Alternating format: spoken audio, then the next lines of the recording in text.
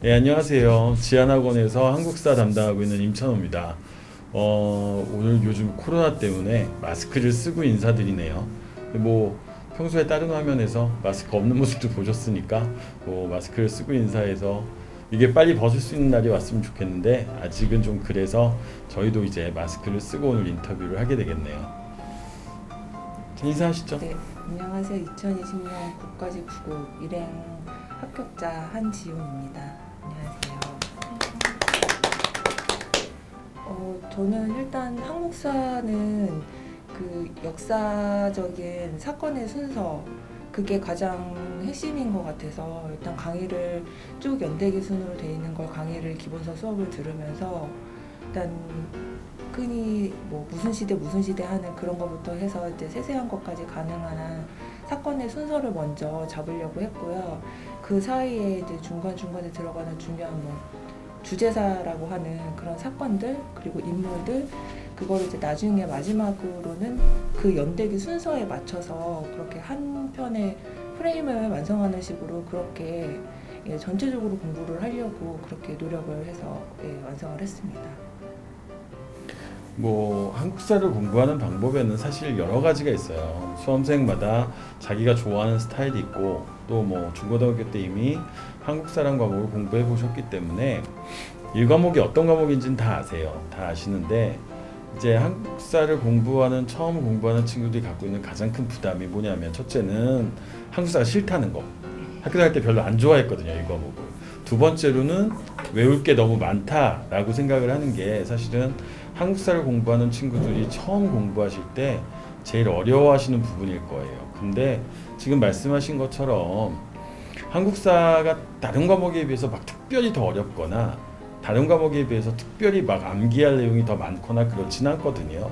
그러니까 지금 합격생분이 말씀하시는 것처럼 전체적인 흐름을 이해하는 거고 또 하나는 거기에 이제 해당하는 내용들을 외우셨다는 얘기가 되는 거거든요. 그래서 공부하실 때 제일 중요한 문제는 한국사에 대한 일단 거부감을 없애시는 게 제일 좋을 거고 지금 말씀하신 것처럼 한국사의 전체적인 흐름에 대한 이해 그리고 각각의 시기에 해당하는 내용들을 암기하시면 지금 공부하시는 방법이 가장 한국사에 쉽게 접근하실 수 있는 방법 중에 하나일 거예요. 보통 보면은 그 두문자라고 하는 그 약어로 돼 있는 암기법 많이들 쓰시잖아요. 근데 저도 처음에는 그걸로 공부를 해봤거든요. 그런데 나중에는 그 두문자라고 돼 있는 그 단어만 머리에 남고 그 사건의 순서라든지 중요성이라든지 그런 게 그다지 저는 기억에 남지 않더라고요. 그래서 아까 처음에 말씀드린 그 방법 위주로 해서 제가 중요하다고 이제 교수님들이 강의 중에서 언급해 주시는 것들 위주로 해서 중요한 사건이라든지 사건에 관련된 인물들 해서 그렇게 연결을 해서 외우다 보니까 특별히 어떤 그런 약어라든지 그런 것들이 크게 필요하지는 않았던 것 같아요. 만약에 이제 자주 보시다 보면 아까 말씀하신 그런 거부감이라고 해야 될까요? 그런 것들 없이 자주 보시다 보면 특별한 그런 용어라든지 그런 거 크게 필요하지 않으실 것 같아요. 오히려 전체적으로 이해를 하다 보면 특별한 어느 단어 하나, 인물 한 명 기억 안 난다고 하더라도 문제 푸시는데 크게 지장이 없으신 거 확인하실 거예요. 굉장히 동의하는데요. 일단 저도 개인적으로 이렇게 앞자를 따서 두문자를 따서 외우는 거에 대해서는 사실 좀 부정적입니다. 왜냐하면 그렇게 하면 외우실 양이 더 늘어나요. 그러니까 가끔 외우다 보면 이게 무슨 암기가 스토리처럼 흘러가면 상관이 없는데 마치 두문자를 따다 보면 이게 기계적으로 두문자를 따다 보면 외계어처럼 만들어져요. 외계어처럼 만들어져가지고 이걸 열심히 학생들이 외워요. 근데 이제 막상 시험에 가서 그걸 기억하고 있는데 그 뒤에 문장들이 생각이 안 나는 거죠. 그 뒤에 문장들이 생각이 안 나서 앞에 외운 것들이 아무런 의미가 없어지는 그런 일이 벌어지기도 해요. 그러니까 이게 공부를 하시다 보면 자연스럽게 외워지는 부분이 있어요. 자연스럽게 두문자를 외워지게 되든가 본인이 스스로 외워지게 되는데 이게 꼭 나쁜 건 사실 아니거든요. 외우는데 암기에 팁이 될 수도 있고 또 그게 잘 맞는 학생들도 있어요. 근데 이걸 너무 기계적으로 이거에만 집중하다 보면 정작 전체적인 흐름은 놓치고 두 문자만 외워가지고 들어가는 거예요. 가뜩이나 한국사가 외워야 될 양이 많다고 걱정을 하시는데 굳이 그런 식으로 이상한 단어들을 조합해서 외계어처럼 막 양을 늘리는 게 과연 나의 공부 방법에 맞을지는 좀 생각을 해보실 문제인 것 같아요. 말씀하신 것처럼 흐름을 전체적으로 이해하시면 굳이 두 문자를 따지 않아도, 그리고 전반적인 사건의 내용이 어떻게 굴러가고 있는지 이해하시면 이게 굳이 두 문자로 또 다른 암기량을 늘리실 필요는 없지 않을까, 저는 개인적으로 그렇게 생각합니다. 그래서 전체적인 흐름을 이해하시고 그 다음에 거기에 따른 내용을 외우시는 게 오히려 더 효율적이지 않을까, 이런 생각을 합니다. 일단은 제가 느낀 거는 강의 양이 이렇게 뭐라 그래야 되나 많지 않다고 해야 될까요? 그러니까 중요하게 결국에는 알아야 될 것들 위주로 강의를 하셨던 것 같아요. 왜냐하면 사실 수험생 입장에서 처음에는 이것도 알아야 될 것 같고 저것도 알아야 될 것 같아서 처음에는 뭐 기본서 강의 듣고 기출 강의 듣고 무슨 특강 듣고 무슨 특강 듣고 처음엔 저도 그렇게 욕심을 많이 내서 해봤거든요. 근데 나중에 막상 시험 때 가다 보면은 그 많은 걸 어떻게 줄여야 될지도 굉장히 좀 부담되고요.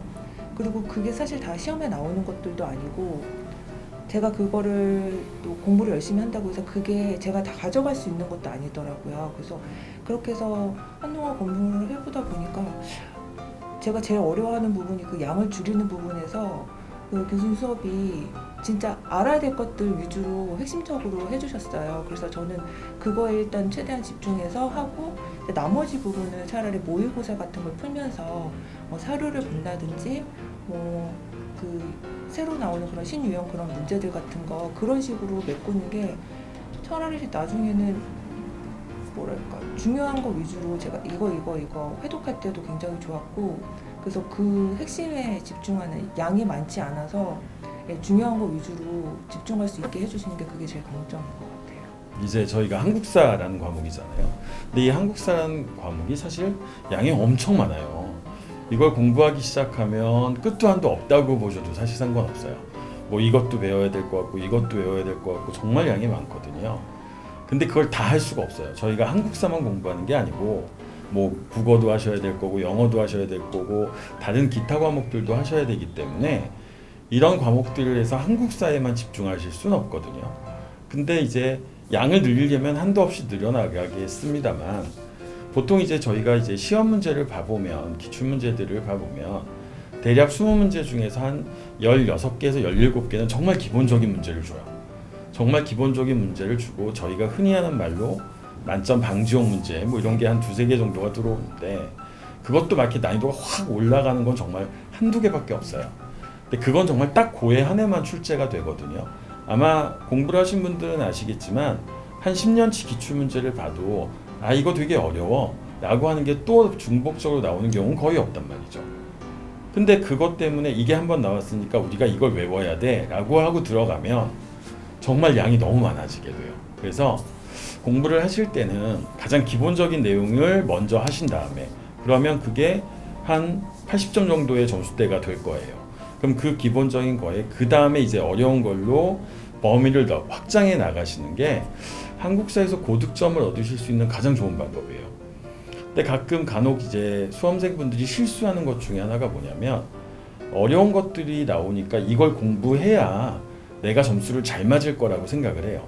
그래서 자꾸 어려운 거에 집중하다 보니까 정작 많이 출제되는 가장 기본적인 범위를 놓치는 경우가 벌어져요.